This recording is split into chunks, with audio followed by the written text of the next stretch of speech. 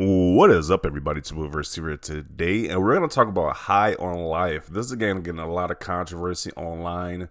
People are not playing the game when they have some type of, distrust in this game because the Metacritic score is very low, 67. I mean, I guess it's not, I guess it's low by today's standards, but it's a 6, almost a 7 out of 10, which I would probably give it like an 8 or a 7 out of 10. I'm really enjoying the game right now. I've been playing this game for for long game sessions, and I've been enjoying the mess out of this game. So this is definitely up my alley. This High on Life game, I'm definitely been enjoying it. But a lot of people I guess I don't know. I guess they don't like the game. They don't like the humor. But if you like Rick and Morty, I really enjoy the Rick and Morty show. So this humor is up my alley. So like I said, I'm really loving it. I'm really loving the game right now.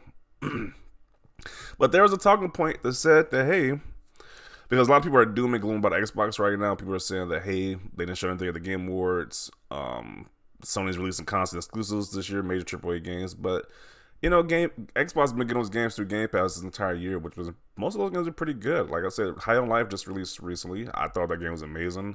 I wouldn't even say, I'm gonna get some controversy if I say this. If I like this game more than God of War Ragnarok, but I don't know. I might like this game a little more than God of Ragnarok. This is probably my favorite game of this year. This game is I really enjoyed this game. Even though it's not a AAA game, I really had a great time with it. But this is what this one guy's post talked about concerning Xbox AAA exclusive games coming out this year.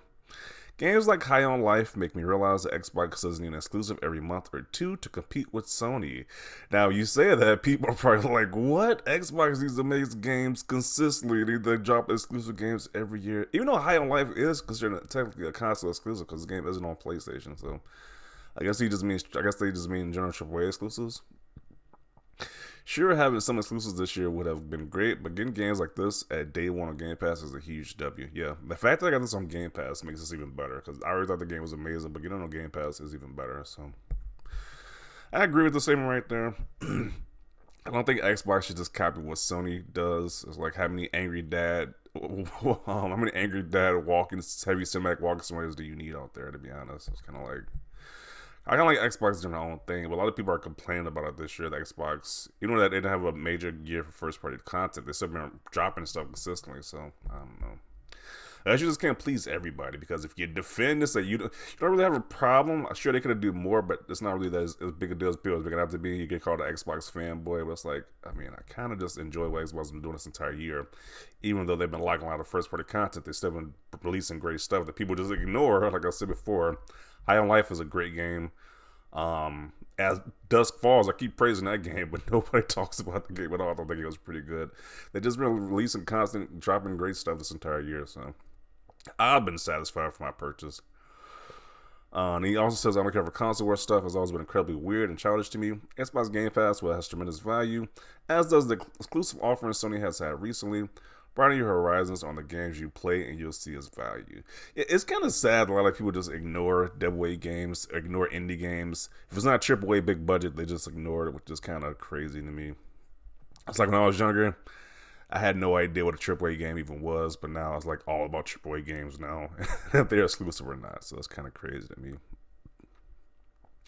Surprisingly satisfying, fun, and hilarious. It seems like most of the research people who actually play the game said they actually enjoyed it. Then he says, stop, that's enough. Yes, Xbox must be exactly like Sony. If they're not, then that's just like, you just need to stop at that point. Totally agree, such a low standard mindset only exists on the Xbox side. Like, I wonder, all these people who say all this negative stuff about Xbox, do you actually have an Xbox? Are you in the Xbox ecosystem? Are you getting the rewards daily? Do you even game on Xbox, or you just have one that's just sitting in a closet somewhere? You just say, hey, I got an Xbox, so I can't be too biased. Like, I wonder about some of these people who just complain about Xbox on a consistent basis. Game Pass had over 190 games added in 2022. That's a lot of games, jeez. Between 6 to 9 of them were day one releases between June day one and new to console. And the median open critic score for those games was 80. So people say Game Pass fall. That's not correct, because most of these games was highly rated. And even this game right here, 67, which I think this game is a lot higher. It should be a lot higher. I kind of agree more with the user score. Like, the user score is more like an 80. Like, people really enjoy, like, 93 positive. So people are really enjoying this game. Curious as to what the negatives were saying. There is literally nothing good about this game. The gameplay is mid, and comedy is less funny than Amy Schumer. I don't know. I thought the game was amazing. Like, it's kind of crazy. There's so many negative reviews. I would say this is even better than God of War Ragnarok, in my opinion. Hot take. I don't care. I think the game was amazing. I think it's something fresh and new. It's like it reminds me of the old like Duke Nukem style games, the aliens and stuff like that. The comedy. It's like you don't really get that nowadays. It's like it's just super serious. Like you're a sad, like I said, sad dad simulators. It's a heavily cinematic cutscene fest. So I don't know. I definitely enjoyed this game. Definitely a breath of fresh air with this High on Life game. And is it possibly if this game does well, it could possibly get a sequel, which I'm looking forward to. More than a God of War game, another God of War game. Looking more forward to a sequel on those games, High on Life. No, they absolutely need those big AAA games to compete with Sony and Nintendo. That's why they are buying all these AAA studios. I mean, I just sure they got AAA games, but I think there needs to be a balance as well to have a wide, diverse catalog of games. But people only care about the AAA games. That's what people only care about at the end of the day. High on Life and Day One third-party Game Pass games are awesome, but they need their own first-party games to answer Sony. I think that's indisputable. I just don't see why every company can do their own thing. Why does Microsoft and Sony have to completely have the same business model? It's just weird. Like Nintendo's doing their own thing, nobody complains. But if Microsoft doesn't do their own thing with having dropping constant bangers in Game Pass, they don't have to be AAA. It's like it's a problem now. Does match the Xbox standard, to be fair. Pretty sure this guy has not played this game. Or probably is not a fan of Rick and Morty. Like, I don't see how people... I was seeing people who weren't fans of Rick and Morty playing this game, saying the game was trash. But it's like, if you don't like the style of humor that's in the Rick and Morty show, then why would you play this game? I mean, I don't know. It doesn't make any sense to me. It's like playing an anime-based game and you don't like the anime show it's referencing. It just doesn't make any sense. I think you're alright. However, Xbox must learn to communicate better about its games. They showed you what the big games they got coming out next year. Like, I guess they could do more, but you kind of know what's coming out in the future. To make them more visible, more desirable, and to make the richness of Game Pass known beyond the already subscribed or well-informed players. Game Pass keeps on delivering, and I've literally saved Xbox, and while I agree getting day one games is awesome, we just can't ignore the elephant in the room that isn't AAA gaming experiences. We just can't. Day one Game Pass. Let's look at this list right here. All these games have released in Game Pass day one, as does Falls. Metal Hellsing, I still haven't played that game yet. Tunic, Shredder's Immortality. Tinykin, another great game people just sleep on. Scorn. Okay, we see the gist of it. You can see the rest of these games. Yeah, but a lot of highly rated games that's been in Game Pass. But people still are complaining and saying that, hey, they aren't the first party AAA games. You know, these games are highly rated games.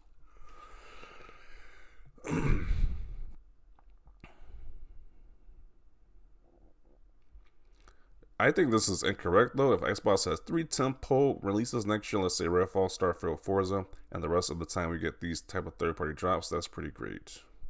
People just demand so much of Xbox in general. It's just ridiculous. It's like when you look at Nintendo fans, their games barely have voice acting in it. Their games barely run to like modern standards, but they get praised. And it's like when Xbox, they have to do everything plus that and more. It's like, really? And then Sony games could just be walking simulators with heavy cinematics, and it's just completely fine. Nobody complains about that. That's just a template that people want to go by. But I'm just so tired of that template at this point. Like big heavy cinematic experiences. Like if I want to watch a movie, I would just watch a movie. I have a big movie collection on my shelf, so if I want to do that, I just do that. But how dare you want to play an actual video game where you actually got to interact with the media, with the media form you're interacting with? So.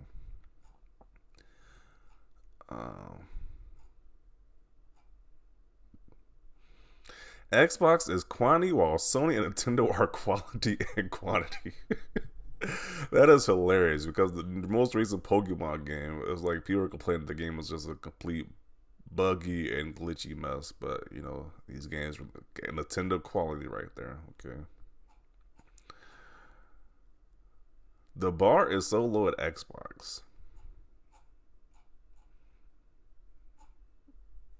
Like I'm starting to think most people who just comment on these posts don't even have an Xbox or even play on Xbox in general. Because because I can understand the sure you might be angry a little bit because there's no first party content, but how do you really just like say, hey, there's been nothing on Xbox this entire year? Like you got Game Pass, like I just don't see it. Day one Game Pass is Chef's Kiss. People are defending High on Life, bro. OMFG. Okay, the game was great. The game was really good, though. See the problem with that. Imagine caring about console wars and using High on Life to support your arguments. Everything wrong with Xbox and why you will continue getting subpar trash. You bought your Series X this though, yeah, and AAA games are meh. I was like, I got Horizon Forbidden West was a AAA game. I barely even played that game. I was like, and I think High on Life is on par with God of Ragnarok, so it might even be better in my opinion. So I don't know. They just say, hey, AAA, so it must be amazing. It's kind of like God of War Ragnarok is the same thing we played with God of War 2018, just a little bit more on that. So is there?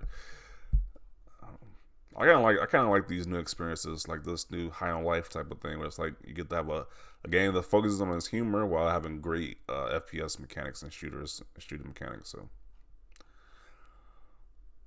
Xbox needs exclusives bad. Don't make excuses for how dismal the brand has been for the last several years. By the way, stop damage controlling. Bro trying to gas up a mid-ass game.